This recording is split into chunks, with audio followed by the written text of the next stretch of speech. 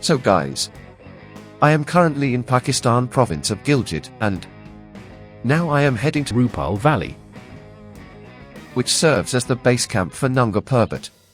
We will be camping overnight there. Let me show you. Pakistan!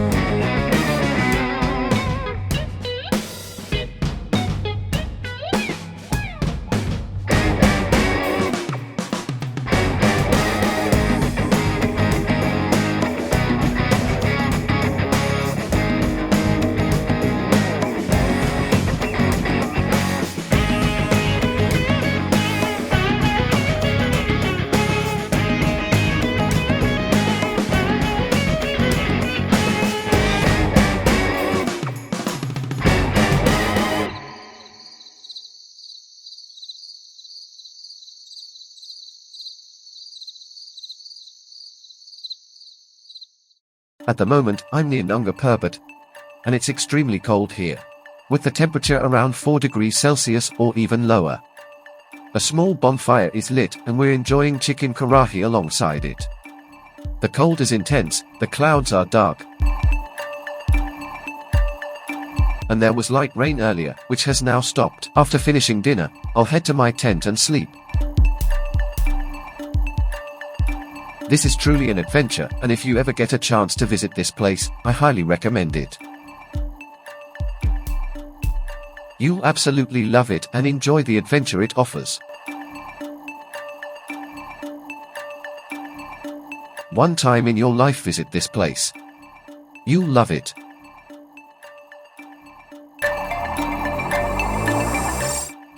Right now, I'm inside my tent as it's freezing cold outside.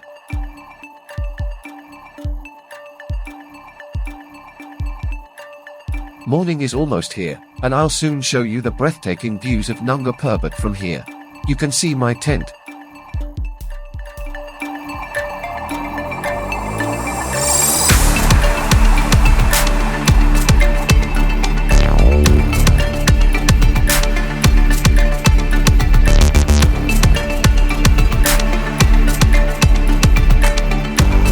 You can see my tent, which I set up a bit away from Nanga Parbat because it was late at night. I wanted to go ahead, but the path ahead was too difficult to navigate. So, I decided to stop and camp here instead. From here, you can see the mountains of Nanga Parbat in the distance. As you can see, the area is completely desolate. There's no one on the trails, and I'm walking alone toward Nanga Parbat.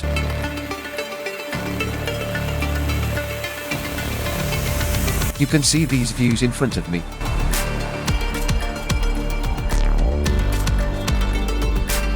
Check these beautiful red plants with some beautiful views.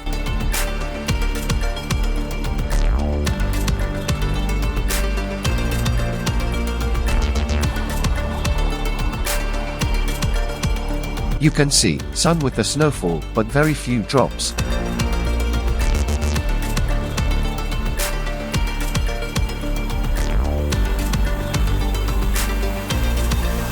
If you can feel or see, the snowfall has just started. There are very tiny snowflakes falling. If the camera can capture it, you can see them. This is a beautiful valley, which is accessible only by foot. I've climbed up this slope to get here.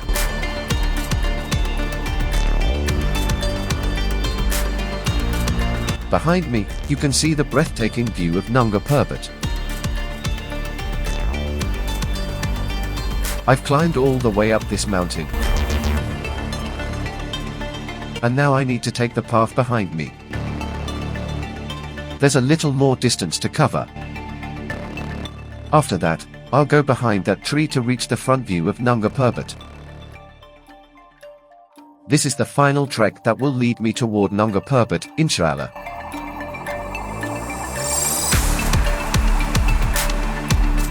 You can see that I've climbed up this hill, and there's still some distance left. This is Nanga Parbat, but at the moment, it's covered with a lot of clouds.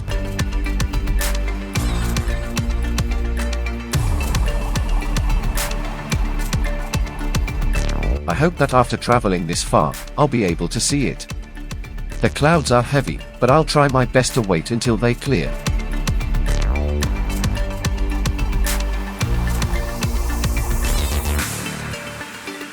I still can't believe what my eyes have seen, the glacier and breathtaking views of Pakistan.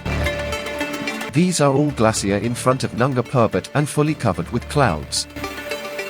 Some other glacier are starting as well. Look at how beautiful and majestic this view is. It's absolutely stunning.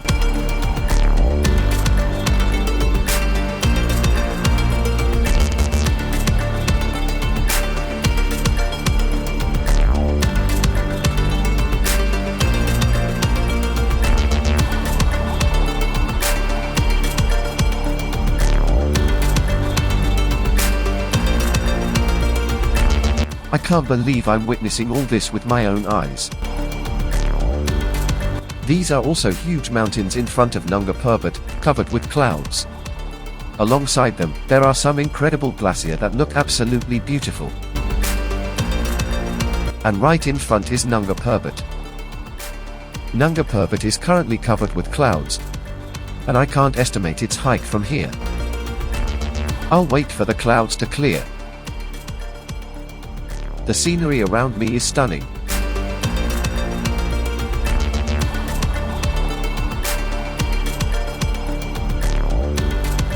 If you notice, there's some light snowfall happening here as well.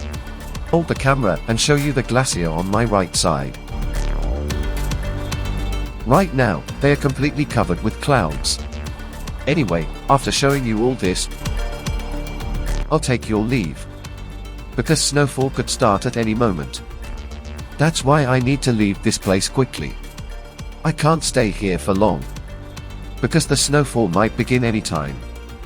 You can see the tiny snowflakes falling. If my camera can capture them, you'll notice.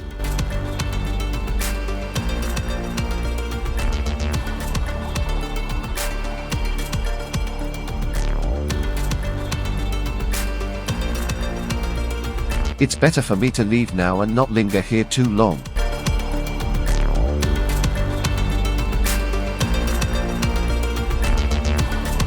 This scenery is incredibly beautiful.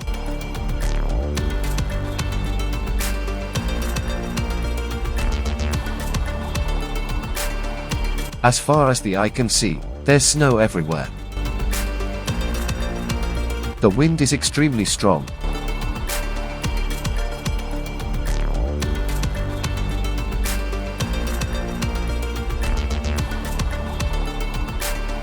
And tiny snowflakes are falling that turn into water as soon as they touch your body.